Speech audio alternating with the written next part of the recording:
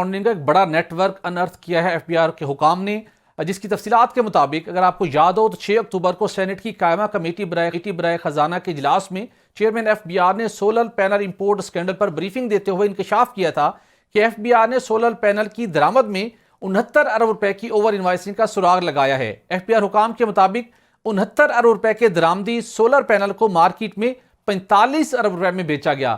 جن ممالک سے سولر پینل درآمد کیے گئے وہاں سولر پینل بنتے ہی نہیں۔ سولر پینل ایک ملک سے درآمد کیے گئے اور ادائیگی ایک اور ملک میں کی گئی۔ ایسی ادائیگیوں کے لیے اسٹیٹ بینک آف پاکستان سے این او سی لینا ضروری ہوتا ہے، جبکہ اس معاملے میں این او سی نہیں لیا گیا تھا۔ ایف بی آر کے مطابق اسکینڈل میں ملوث 2 بڑے امپورٹرز کا تعلق پشاور سے ہے۔ اسکینڈل میں ملوث عناصر کے خلاف اینٹی منی لانڈرنگ ایکٹ کے تحت کارروائی کا اعلان کیا گیا تھا۔ سولر پینل ایسے وقت میں درآمد کیے گئے جب ہمارے زر مبادلہ کے ذخائر انتہائی کم تھے۔ ذرائع کے مطابق directorate of post clearance audit F B R نے سولر پینل کی درآمدات کی آڑ میں اوور انوائسنگ اور منی لانڈرنگ مافیا کے خلاف ایک اور بڑی کارروائی کرتے ہوئے 13 ارب روپے کی منی لانڈرنگ کو بے نقاب کر دیا ہے۔ کسٹمز کلیئرنس آڈٹ کے دوران سولر پینلز کی 6 مزید فرضی کمپنیوں کی نشاندہی ہو گئی ہے، جنہوں نے سولر پینل کی آڑ میں 13 ارب روپے کا کالا دھن بیرون ملک منتقل کیا۔ اس حوالے سے مقدمات بھی درج کر لیے گئے ہیں۔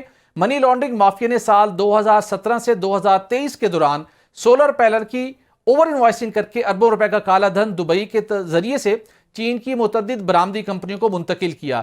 اس سارے معاملے میں ایک اہم پیش رفت دیکھنے میں آئی ہے کہ سولر پینل کی درآمد کی آڑ میں ٹریڈ بیس منی لانڈرنگ اوور انوائسنگ کی رقم واپسی کے لیے متحدہ عرب امارات، سنگاپور اور چین سے رابطہ کر لیا گیا ہے۔ درآمد کنندگان نے سولر پینل چین سے منگوا کر دیگر ممالک جو رقم بھیجی اور یہ رقم جو فورن ایکسچینج ریگولیشن کی خلاف ورزی ہوئی۔ 18 روپے سے زائد رقم متحدہ عرب امارات، سنگاپور، سوئٹزرلینڈ، امریکہ بھیجی گئی۔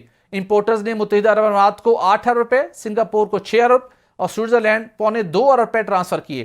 گزشتہ 5 برس کے دوران چین سے سولر پینل درآمد کر کے 10 دیگر ممالک میں رقم ٹرانسفر کی گئی۔ یہ تمام تر ریکارڈ بھی حاصل کیا جا چکا ہے۔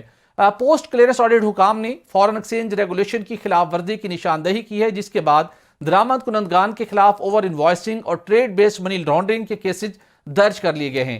منی لانڈرنگ کی روک تھام کے معاہدے کے تحت federal board of revenue financial intelligence unit نے متحدہ عرب امارات، سنگاپور اور چین کی کسٹم انتظامیہ سے تعاون کی درخواست کر دی ہے تاکہ اس سارے معاملے میں جو عناصر ملوث ہیں ان کے معاملات کو لاجیکل اینڈ تک پہنچایا جائے۔ ماضی میں منی لانڈرنگ سے ملک کو ہونے والے نقصانات کی بات کریں تو ناظرین پاکستانی اداروں کے پاس کوئی ایسے حتمی اعداد و شمار تو دستیاب نہیں، لیکن 2017 میں امریکی اسٹیٹ ڈپارٹمنٹ کی ایک رپورٹ کے مطابق سالانہ 10 ارب ڈالر کی منی لانڈرنگ ہوتی ہے، جو کہ مختلف ٹریڈ کے ذریعے سے اس کو چھپانے کی کوشش کی جاتی ہے۔ یہ اعداد و شمار ہمارے کئی آئی ایم ایف پروگرام سے بھی زیادہ ہیں اور اس سے قومی معیشت کو سالانہ 8000 ارب روپے کا نقصان پہنچتا ہے۔